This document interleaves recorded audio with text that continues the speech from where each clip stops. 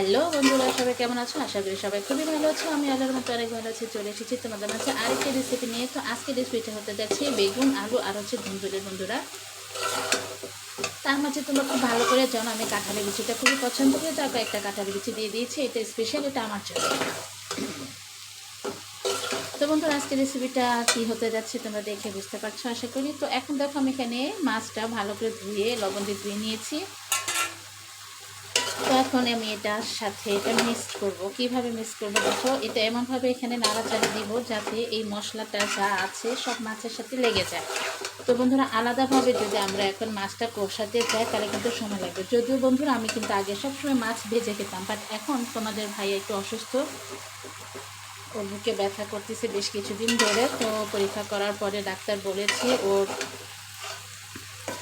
লিভারে চর্বি জমেছে। তো অনেকগুলো ওষুধ দিয়েছে ডাক্তার, বলছে ওষুধগুলো নিয়মিত খেতে। তো সেই কারণে আমি এখন বেশিরভাগ মাছ কষিয়ে রান্না করি। তো ও কষাতে গেলেও আবার এইভাবে করে রান্না করলেও কিন্তু খুব মজা হয় বন্ধুরা। কেননা ওইটা কষাতে গেলে যেমন মশলা দিয়ে করা হয়, এটা হচ্ছে পুরো তরকারির সাথে যে মশলাটা সব কিছু একসাথে দিয়ে। আর একটা জিনিস কথা হচ্ছে, তোমরা হয়তো ভাবতে পারো যে তো মাছটা ভেঙে যাবে না। তো না, মাছটা ভাঙবে না, তোমাকে একটু খেয়াল করে নেড়ে দিতে হবে। তো বন্ধুরা, এভাবে করে নাড়াচাড়া করে রান্না করলে কিন্তু রান্নাটা খুবই টেস্টি হয়। তো আমি একটু কষানোর জন্য একটু ঢেকে দেবো বন্ধুরা। তো বন্ধুরা, কষানোটা হয়ে গেছে, এখন আমি এখানে পানি দিয়ে দিচ্ছি।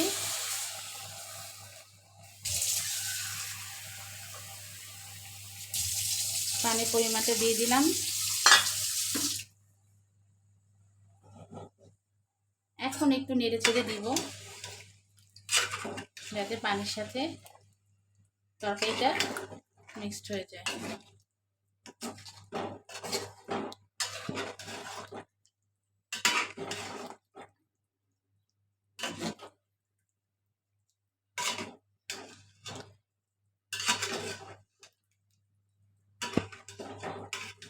বন্ধুরা দেখো, সবগুলো মাছ তোমাদেরকে দেখাচ্ছি। মাছগুলো এখন একটু উপরে দিয়ে দিচ্ছি সাজিয়ে গুছিয়ে, আর তরকারিটা নিচে দিয়ে দিচ্ছি।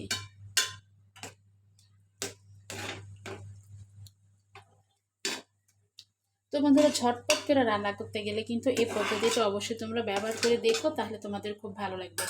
কেননা অল্প সময় রান্না করাটা কিন্তু অনেক টাফ ব্যাপার, বিশেষ করে আমাদের দৈনন্দিন জীবনে। বিশেষ করে আমরা যে মারা আছি তাদের কিন্তু বাচ্চাদের স্কুলে দিয়ে নিয়ে আসা, তারপরে ওদের কোচিংয়ে যাওয়া আনা, সব কিছু করতে করতে রান্নাটা কিন্তু একটা বিরক্তিকর ব্যাপার চলে আসছে।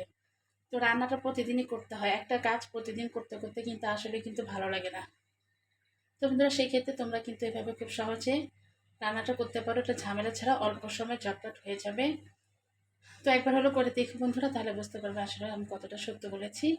যদি ভালো লাগে বন্ধুরা, অবশ্যই একটা লাইক দিয়ে দিবে, আর অবশ্যই আমার চ্যানেলকে সাবস্ক্রাইব করে পাশে থাকবে। আর আমার ভিডিওটা সম্পূর্ণ দেখবে বন্ধুরা, অবশ্যই ফুল ওয়াচ করে দেখবে। আর হচ্ছে এখন আমি এটা ঢেকে দেবো বন্ধুরা, কিছুক্ষণ পরে আবার ফিরে আসছি, অবশ্যই সাথে থাকো। তো বন্ধুরা দেখো, রান্নাটা হয়ে গেছে পারফেক্টভাবে, রান্নাটা শেষ পর্যন্ত করে ফেললাম। এই যে দেখো, মাছগুলো কিন্তু যে উপরে রয়ে গেছে। আর এখন হচ্ছে রান্নাটা প্রায় শেষের দিকে, আমি এখন চুলাটা নিভিয়ে দেবো বন্ধুরা। তো পারফেক্টভাবে রান্না করতে গেলে কিন্তু বেশি সময় লাগে না বন্ধুরা, শুধু মশলা আর হচ্ছে কষানোটা ঠিক মতো হলেই হয়। বিশেষ করে আমরা রান্না করতে যে মশলাগুলো আমরা ইউজ করি সেগুলো ঠিক পরিমাণ মতো দিতে হবে। অনেক সময় কম পড়ে যায়, অনেক সময় বেশি পড়ে যায়, সেটা কিন্তু রান্নার স্বাদটাকে নষ্ট করে দেয়। তাই অবশ্যই খেয়াল রাখবে সব কিছু পরিমাণ মতো দেওয়ার জন্য। তো বন্ধুরা, আজকের মতো এখানেই ছিল, এইটুকুই ছিল তোমাদের জন্য আয়োজন। তোমরা যদি ভালো লাগে অবশ্যই কিন্তু আমার চ্যানেলটিকে সাবস্ক্রাইব করে লাইক করে দিও। তো বন্ধুরা, আজকের মতো এখানে বিদায় নিচ্ছি। সবাই খুবই ভালো থাকবে, আর সবাই আমাকে একটু হেল্প করবে বন্ধুরা, যাতে আমি সামনে এগিয়ে যেতে পারি। আর আমার কিন্তু ওয়াচ টাইম এখনও হয়নি বন্ধুরা। ওয়াচ টাইমের দিকে তাকালে খুব কষ্ট লাগে, খুব কান্না পায় যে আর কতদিনে আমি সাকসেস হবো। আমি জানি না ইউটিউব কীভাবে কী করতেছে, আমি বুঝতে পারতেছি না। আমি চেষ্টা করতেছি সুন্দরভাবে সব করার, কিন্তু কতটা সুন্দর হয়েছে তাও জানি না। কিন্তু তোমার সাথে থাকলে সুন্দর হবে ইনশাল্লাহ। তোমরা অবশ্যই সাথে থেকো বন্ধুরা। সবাই খুবই ভালো থাকবে। আজকের মতো বিদায় নিচ্ছি বন্ধুরা। আল্লাহ হাফেজ।